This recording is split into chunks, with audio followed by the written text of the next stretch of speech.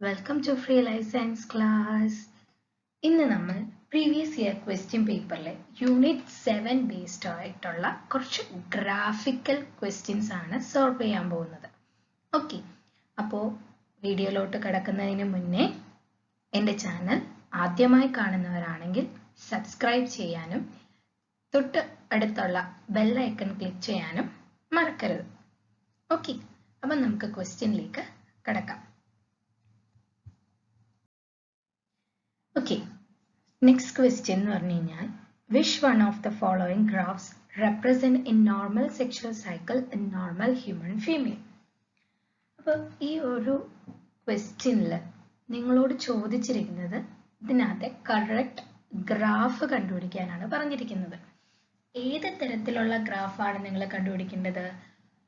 Normal sexual cycle ഉള്ള correct അളവിലുള്ള hormones കാണിക്കുന്ന ഗ്രാഫാണ് നിങ്ങൾ കണ്ടുപിടിക്കേണ്ടത്. ഇപ്പം നോർമൽ ഹ്യൂമൻ ഫീമെയിൽ ആണ്, നോർമൽ സെക്ഷൽ സൈക്കിൾ ഇതിനകത്ത് ഏത് ഗ്രാഫിലാണെന്ന് കണ്ടുപിടിക്കുക. ഈസ്ട്രജനും പ്രൊജസ്ട്രോൺ രണ്ട് ഹോർമോൺസ് ആണ് ഉള്ളത്. ഇനി ഓവുലേഷൻ, മെൻസ്ട്രുവേഷൻ രണ്ട് കാര്യങ്ങളാണ് നമ്മുടെ ഗ്രാഫിൽ കൊടുത്തിട്ടുള്ളത്. എല്ലാ ഗ്രാഫ് എടുത്താലും നിങ്ങൾക്ക് കാണാം. ഇനി ഇത്രയും കാര്യങ്ങൾ നമ്മൾ നോട്ട് ചെയ്തതിന് ശേഷം നമുക്ക് എലിമിനേഷൻ മെത്തേഡിലേക്ക് പോവാം. ഓക്കെ, അപ്പോൾ എലിമിനേഷൻ മെത്തേഡ് എന്ന് വെച്ച് കഴിഞ്ഞാൽ ഒരു മിനിറ്റ്. ഓക്കെ, എലിമിനേഷൻ മെത്തേഡ് എന്ന് പറഞ്ഞു കഴിഞ്ഞാൽ നമ്മുടെ ഓപ്ഷനിൽ നിന്ന് നമുക്ക് കറക്റ്റായിട്ടുള്ള തെറ്റുകൾ ഏതാണെന്ന് മനസ്സിലാക്കി അതിനെ എലിമിനേറ്റ് ചെയ്ത് കളയുന്ന ഒരു രീതി. അപ്പോൾ നമുക്കറിയാം 14th ഡേ എന്ത് സംഭവിക്കും? ഓവുലേഷൻ സംഭവിക്കും. സോ ഈ ഗ്രാഫില് 14th ഡേയിൽ ഓവുലേഷൻ ഉള്ളത് ഏതിലൊക്കെയാണെന്ന് നോക്കി. നോർമൽ സെക്ഷൽ സൈക്കിളിൽ 14th ഡേ ഓവുലേഷൻ ആണെന്ന് പഠിച്ചിട്ടുണ്ട്. അത് വെച്ച് നോക്കിക്കഴിഞ്ഞാൽ ഇവിടെ 14th ഡേയിൽ എന്താ കൊടുത്തിരിക്കുന്നത്? ഇതിൽ 14th ഡേയിൽ എന്താ കൊടുത്തിരിക്കുന്നത്? ഓവുലേഷൻ ആണോ? അല്ല, മെൻസ്ട്രുവേഷൻ ആണ് കൊടുത്തിരിക്കുന്നത്. സോ ഈ രണ്ട് ഓപ്ഷനും നമുക്ക് എലിമിനേഷൻ പ്രോസസ്സിലൂടെ ഒഴിവാക്കാം. ഇനി ഇതാണോ കറക്റ്റ് എന്നുള്ളതാണ് നെക്സ്റ്റ് നമ്മൾ കണ്ടുപിടിക്കേണ്ടത്.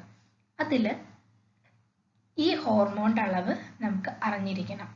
ഓവുലേഷൻ ടൈമിലും അതുപോലെ തന്നെ മെൻസ്ട്രൽ സൈക്കിളിന്റെ സമയത്തും ഈസ്ട്രോജൻ പ്രൊജസ്ട്രോണിന്റെ അളവ് എങ്ങനെയായിരിക്കും നോക്കാം. ഡോട്ടഡ് ലൈൻ പ്രൊജസ്ട്രോൺ ആണ്. ഓർത്തിരിക്കാൻ ഒരു ചെറിയൊരു മാർഗം പറഞ്ഞു തരാം. പ്രൊജസ്ട്രോൺ ലെവൽ പ്രഗ്നൻസി ടൈമിൽ വളരെ കൂടുതലായിരിക്കും. Okay, progesterone during pregnancy it is very high. So after ovulation fertilization നടന്ന് ബേബി ആകുവാണെങ്കിൽ progesterone level will be high. So ovulation കഴിഞ്ഞ് പ്രൊജസ്ട്രോൺ ലെവൽ കൂടുതലായിരിക്കണം. In case if it is not a pregnancy, after ovulation അടുത്ത menstruation സൈക്കിളോട്ട് നമ്മൾ കടന്നു കഴിഞ്ഞാൽ what happens? Again progesterone level decreases. അപ്പോൾ ഓവുലേഷൻ കഴിഞ്ഞ് കുറച്ച് കഴിയുമ്പോൾ തന്നെ പ്രൊജസ്ട്രോൺ ലെവൽ ഇൻക്രീസ് ചെയ്യും, അതിനുശേഷം ഡിക്രീസ് ചെയ്യും. ആ ഒരൊറ്റ നോളേജ് ഉണ്ടെങ്കിൽ തന്നെ ഈ ഗ്രാഫ് നമുക്ക് സോൾവ് ചെയ്യാം. ഇതിന്റെ ആൻസർ ഏതാണ്? Option B. ഓക്കെ, ഇതാണ് ഈ ക്വസ്റ്റ്യന്റെ ആൻസർ. ഇനി നെക്സ്റ്റ് ക്വസ്റ്റ്യനിലോട്ട് പോവാം. Various type of excitable tissues when stimulated shows response as shown in the figure below. Which one of them is an example of fast adapting tissue? ഈ ഒരു ഗ്രാഫിൽ നിങ്ങൾക്ക് തന്നിരിക്കുന്നത് different types of excitable tissues ആണ് തന്നിരിക്കുന്നത്. when they get a stimulus and അവരുടെ response ആണ് താഴെ തന്നിരിക്കുന്ന ഗ്രാഫിൽ. ഇതിൽ you have to find the fast adapting tissue. ഇതിൽ ഏതാണ് ഫാസ്റ്റ് അഡാപ്റ്റിംഗ് ടിഷ്യൂ എന്നാണ് കണ്ടുപിടിക്കേണ്ടത്. അപ്പോൾ ഇവിടെ നിങ്ങൾ നോക്കുക, ഓരോ റെസ്പോൺസ് എങ്ങനെയാന്ന് നോക്കുക. അപ്പോൾ ഇതിനകത്ത് റെസ്പോൺസ് സ്റ്റിമുലസ് വരുമ്പോൾ റെസ്പോണ്ട് ചെയ്യുന്നത് നോർമലി ആക്ഷൻ പൊട്ടൻഷ്യൽ എന്നുള്ള ഒരു കോൺസെപ്റ്റ് എടുത്ത് നമ്മൾ ചെയ്യാം. ഓക്കെ, അപ്പോൾ ആക്ഷൻ പൊട്ടൻഷ്യൽ ഫാസ്റ്റ് ആയിട്ട് കാണിക്കുന്നത് ഏത് ടിഷ്യൂലായിരിക്കും? അപ്പം ഇതിൽ നോക്കുക, ഇതിൽ നോക്കുക. അപ്പോൾ ഫാസ്റ്റ് ആയിട്ട് അഡാപ്റ്റ് ചെയ്യുന്നത് ഏതാണ്? ഓപ്ഷൻസ് ഇവിടെ നോക്കി പറയാം. ഇവിടെ ഇപ്പോൾ കറക്റ്റ് ഓർഡറിലായതുകൊണ്ട് നമുക്ക് ഗ്രാഫിൽ നിന്ന് തന്നെ സെലക്ട് ചെയ്യാം. ഇപ്പോൾ കറക്റ്റ് ഓർഡറിലല്ല ഇവിടെ ചൂസ് ഓപ്ഷൻസ് കൊടുത്തിരുന്നെങ്കിൽ നമുക്ക് ഓപ്ഷൻസ് തന്നെ ചെക്ക് ചെയ്യണം. അപ്പോൾ ഈ ഗ്രാഫിൽ നിന്ന് സെക്കൻഡ് വൺ ആണ് കറക്റ്റ് ആൻസർ. അത് ഒരു ഫിഗർ കാണിച്ച് എക്സ്പ്ലെയിൻ ചെയ്തു തരാം. ഇവിടെ നിങ്ങൾക്ക് കാണാം അഡാപ്റ്റേഷനും റിസപ്റ്റീവ് ഫീൽഡ് സൈസും. ഒരു ഫീൽഡ് സൈസ് ചെറുതാണെങ്കിൽ അല്ലെങ്കിൽ ഫീൽഡ് സൈസ് വലുതാണെങ്കിൽ രണ്ട് കേസ് നമ്മൾ നോക്കുവാണ്. റാപ്പിഡ് ആയിട്ടുള്ള റെസ്പോൺസ് എങ്ങനെയായിരിക്കും? ഇവിടെ നോക്കിയേ, ആക്സോൺ ഫയറിംഗ് എങ്ങനെയായിരിക്കും നോക്കുക. ഇവിടെ എങ്ങനെയായിരിക്കും? ദെൻ ഇനി ലാർജ് ഫീൽഡിലാണെങ്കിൽ എങ്ങനെയായിരിക്കും? കണ്ടോ? ഇനി അതേസമയം സ്ലോ ആണെങ്കിലോ?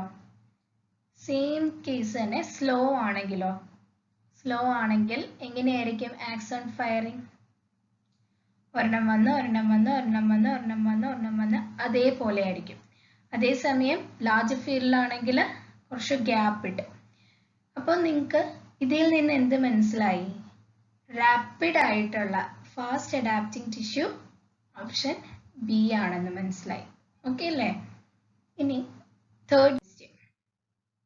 During the Spanish conquest of the Inca Empire at the high altitude in Peru, many soldiers fell sick. It was found that the sickness was due to the low partial pressure of oxygen in the atmosphere at that altitude. To determine the reason, blood was collected from the patient and the circulating erythropoietin level were estimated and oxygen dissociation curve of hemoglobin were drawn and compared with the same in native people as depicted below. So which combination is logically correct? ഇവിടെ question ആദ്യം വായിച്ചു നോക്കുക. Question വായിക്കുമ്പോൾ നിങ്ങൾക്ക് ഒരു കാര്യം മനസ്സിലായി. ഒരു കോൺക്വസ്റ്റിന്റെ സമയത്ത് കുറെ സോൾജേഴ്സ് പെട്ടെന്ന് സിക്കായി. എന്താണ് കാരണം എന്ന് അന്വേഷിച്ചപ്പോൾ മനസ്സിലായത് അത്രയും ഹൈ ഓൾട്ടിറ്റ്യൂഡിൽ ഓക്സിജന്റെ പാർഷ്യൽ പ്രഷർ ലോ ആയതിനെ തുടർന്നാണ് അവർക്ക് ആ ഒരു അസുഖം വന്നത്. അപ്പം അത് മനസ്സിലാക്കാൻ വേണ്ടിയിട്ട് നമ്മൾ ആ പേഷ്യൻസിന്റെ ബ്ലഡ് സാമ്പിൾ കളക്ട് ചെയ്തു. എന്നിട്ട് അതിൽ നിന്ന് സർക്കുലേറ്റിംഗ് എറിത്രോപോയിറ്റിൻ ലെവൽ ചെക്ക് ചെയ്തു. ആ ചെക്ക് ചെയ്തതാണ് ഈ ഗ്രാഫ് ആറിലും ഗ്രാഫ് എസിലും കാണുന്നത്. ഇനി നെക്സ്റ്റ് എന്ത് ചെയ്തു? ഓക്സിജൻ ഡിസോസിയേഷൻ കർവ് വരച്ചു. ഹീമോഗ്ലോബിന്റെ ഓക്സിജൻ ഡിസോസിയേഷൻ കർവ് വരച്ചു. പേഷ്യൻസിന്റെയും നേറ്റീവ് പീപ്പിളിന്റെയും വരച്ചു. ഇനി ഇതിനകത്തെ കർവും അതുപോലെ തന്നെ ഈ ഒരു ഗ്രാഫും തമ്മിൽ ഏതാണ് ലോജിക്കലി റിലേഷൻ ഉള്ളത്? ഈ ഒരു ഗ്രാഫാണോ അതോ ഈ ഗ്രാഫാണോ അല്ലെങ്കിൽ ഈ ഗ്രാഫ് കോമ്പിനേഷൻ ആണോ കറക്റ്റ് മാച്ച് എന്നാണ് ക്വസ്റ്റ്യൻ.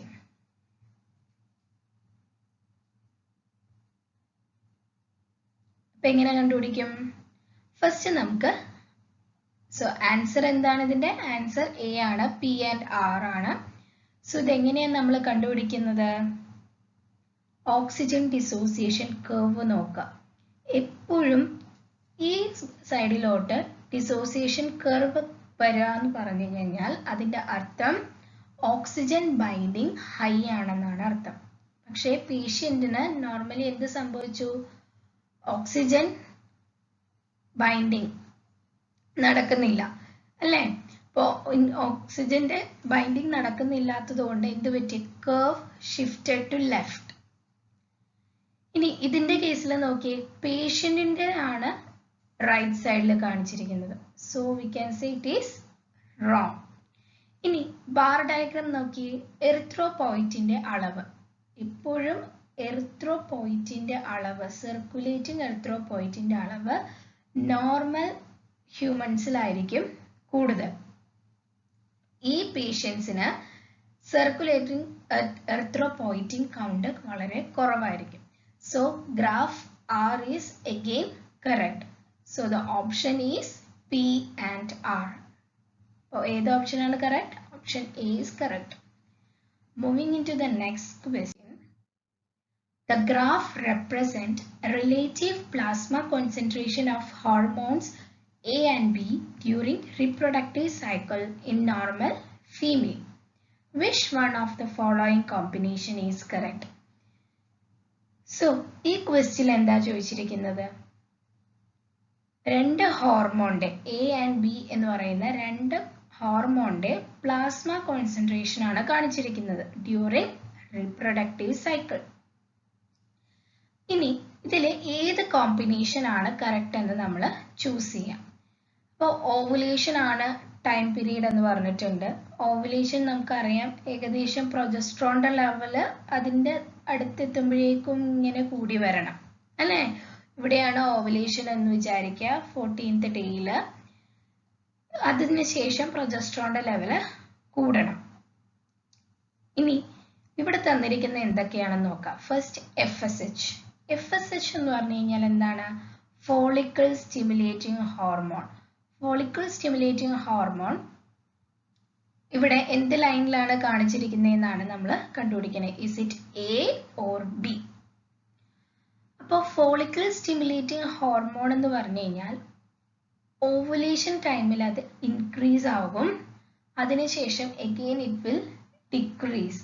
അടുത്ത മെൻസ്ട്രൽ സൈക്കിളിന് വേണ്ടിയിട്ട് ഫോളിക്കിൾ സെൽസിനെ റെഡിയാക്കാൻ വേണ്ടിയിട്ടുള്ളതാണ് ഫോളിക്കിൾ സ്റ്റിമുലേറ്റിംഗ് ഹോർമോൺ. സോ ആദ്യം അത് കുറവായിരിക്കും, ഓവുലേഷൻ ടൈമിൽ ഇൻക്രീസ് ചെയ്യുന്നു, പിന്നെ അഗെയിൻ ഡിക്രീസ് ചെയ്യുന്നു. ഇനി നെക്സ്റ്റ് കേസ്. അപ്പോൾ FSH, എയിൽ FSH വരുന്നതെന്ന് പറഞ്ഞാൽ ഇറ്റ്സ് കറക്റ്റ്. ഇനി ബിയിൽ ഈസ്ട്രജൻ. ഈസ്ട്രജൻ വരില്ല, നമ്മൾ മുന്നത്തെ ഗ്രാഫിൽ പഠിച്ചതാണ്. അപ്പോൾ ആ ഓപ്ഷൻ മാറ്റി. നമുക്ക് അഗെയിൻ ഈ ഓപ്ഷൻ വേണ്ട, ഈസ്ട്രജന്റെ ഓപ്ഷൻ നമുക്ക് എടുക്കണ്ട. Then next again FSH. FSH correct ആണ് അല്ലേ? Then it is LH. LH വരാം, ല്യൂട്ടിനൈസിങ് ഹോർമോൺ ആണ്. ല്യൂട്ടിനൈസിങ് ഹോർമോൺ ഓവുലേഷൻ ടൈമിൽ കൂടുതലായിരിക്കും. So option C is correct. ഇനി ഫോർത്ത് ഓപ്ഷൻ നോക്കി, ഫസ്റ്റത്തെ LH നോർമൽ ഇവിടെ തീരെ കുറവാണ്. ദെൻ FSH ഹൈ ലെവലിൽ അത്രയും അത് കാണിക്കില്ല. സോ ഈ ഓപ്ഷന് തെറ്റാണ്. ഓക്കെ, സോ കറക്റ്റ് ഓപ്ഷൻ എന്ന് പറഞ്ഞു കഴിഞ്ഞാൽ ഏതാണ്? ഓപ്ഷൻ സി ആണ് കേട്ടോ. ഇനി ഈസ്ട്രജന്റെ കേസ് എങ്ങനെയാണ്? ഈസ്ട്രജൻ ഇപ്പൊ ഇവിടെ ഒരു ബി ഓപ്ഷൻ നമ്മൾ ജസ്റ്റ് എലിമിനേറ്റ് ചെയ്ത് കളഞ്ഞതാണ്. അതിൽ ബി ഓപ്ഷനിൽ ഈസ്ട്രജന്റെ ലെവൽ എങ്ങനെയാ? ഇവിടെയൊക്കെ കുറവ് കാണിച്ചത് കൊണ്ടാണ് നമ്മൾ എന്ത് ചെയ്തത്? ഈസ്ട്രജൻ അക്സെപ്റ്റ് ചെയ്യാഞ്ഞത്. So next question. Myoglobin in muscles, hemoglobin in adult RBC, hemoglobin C in patients with thinner RBC and hemoglobin S in sickle cell disease are 4 different hemoproteins. Oxygen saturation kinetics of these 4 proteins is different. Which of the following profile is most plausible? So we have to find the correct graph of oxygen saturation kinetics. 4 തരത്തിലുള്ള ഹീമോപ്രോട്ടീൻസ് നമുക്ക് തന്നിട്ടുണ്ട്. Which are they? Myoglobin, then normal hemoglobin A that is found in adult RBC, then HBC found in the patients with thinner RBCs, and the last one is sickle cell anemia. എപ്പോഴും ഓർത്തിരിക്കുക, saturation curve എപ്പോഴും right സൈഡിലായിരിക്കും കൂടുതൽ. ഇനി ഏതിനായിരിക്കും ഏറ്റവും കുറവുണ്ടായിരിക്കുക? Correct ഷേപ്പിലുള്ളതിനായിരിക്കും ഏറ്റവും കൂടുതൽ ഉണ്ടാവുക. അങ്ങനെ വെച്ച് നോക്കുമ്പോൾ സിക്കിൾ സെൽ അനീമിയക്കല്ലേ ഏറ്റവും സാച്ചുറേഷൻ കർവ് കുറവുള്ളത്. അപ്പൊ ഇതിൽ ഏറ്റവും സാച്ചുറേഷൻ കർവ് കുറവുള്ളത് ഏതൊക്കെയാണെന്ന് നോക്കാം. ഇതിൽ കമ്പാരിറ്റീവ്ലി കുറവ് കാണിക്കുന്നുണ്ട്, ഇതിലും കമ്പാരിറ്റീവ്ലി കുറവ് കാണിക്കുന്നുണ്ട്. ഇതിൽ കൂടുന്നതായിട്ട് കാണിക്കുന്നു. So we can eliminate these two options. അങ്ങനെ ഈ രണ്ട് ഓപ്ഷൻസ് നമുക്ക് എലിമിനേറ്റ് ചെയ്യാം. കാരണം ഇതാണ് HBS ഇതിനകത്ത്, ഇതിൽ ഇവിടെയും. സോ ഈ രണ്ട് ഓപ്ഷനും നമുക്ക് എലിമിനേറ്റ് ചെയ്ത് കളയാം. സോ ഒന്നും നോക്കാതെ തന്നെ രണ്ട് ഓപ്ഷൻ നമുക്ക് എലിമിനേറ്റഡ് ആയി. ഇനി ബാക്കിയുള്ള ഓപ്ഷനിൽ ഏതാണ് കറക്റ്റ് ആൻസർ എന്ന് നോക്കാം. HBC എഗെയിൻ പേഷ്യന്റിന്റെ ആണ്, തിന്നർ RBC എന്ന് പറഞ്ഞിട്ടുണ്ട്. അപ്പോൾ എഗെയിൻ അവിടെയും എന്തായിരിക്കണം? മറ്റു രണ്ടുപേരെക്കാളും കുറവായിരിക്കണം. എഗെയിൻ നമ്മൾ നോക്കുമ്പോൾ സെയിം. ഇനി അടുത്തെന്ന് വെച്ച് കഴിഞ്ഞാൽ HbA അഡൾട്ടിന്റെ കേസിൽ, സോറി ഈ ഒരു ഓപ്ഷൻ ഞാൻ ഇവിടെ നമുക്ക് രണ്ടെണ്ണവും ഇച്ചിരി ഇത്തിരി അടുപ്പിച്ചടുപ്പിച്ച് ഡോട്ടഡ് ലൈൻ ആണെന്ന് വിചാരിക്കുക കേട്ടോ. ഇത് അടുപ്പിച്ചടുപ്പിച്ചിട്ടുള്ള ഡോട്ടഡ് ലൈൻ ആണെന്ന് വിചാരിക്കുക HBS. അങ്ങനെയാണെങ്കിൽ ഇവിടെ ഇതാണ് HBS ആയിട്ട് കാണുന്നത്. So it is wrong. So the correct answer is option A. ഇവിടെ നോക്കിയേ, ഇതാണ് HBS. ഇവിടെ ആ സെയിം HBS എവിടെയാണ്? ഇവിടെയാണ് കാണിക്കുന്നത്. ആദ്യം ഞാൻ നോക്കിയപ്പോൾ അങ്ങോട്ടും ഇങ്ങോട്ടും എനിക്ക് ഈ ഡോട്ടഡ് ലൈൻ മാറിപ്പോയി. അപ്പോൾ ഇത് ഈ ഓപ്ഷനും റോങ് ആണ്. So only correct one is option A. അപ്പൊ നമുക്ക് മൂന്നെണ്ണം തന്നെ എലിമിനേഷൻ മെത്തേഡ് വഴി ഒഴിവാക്കായിരുന്നു അല്ലേ ആദ്യം തന്നെ. യെസ്. അപ്പൊ നമ്മുടെ ആൻസർ എന്ന് പറയുന്നത് ഏതാണ്? ഓപ്ഷൻ A ആണ്. ഓക്കെ,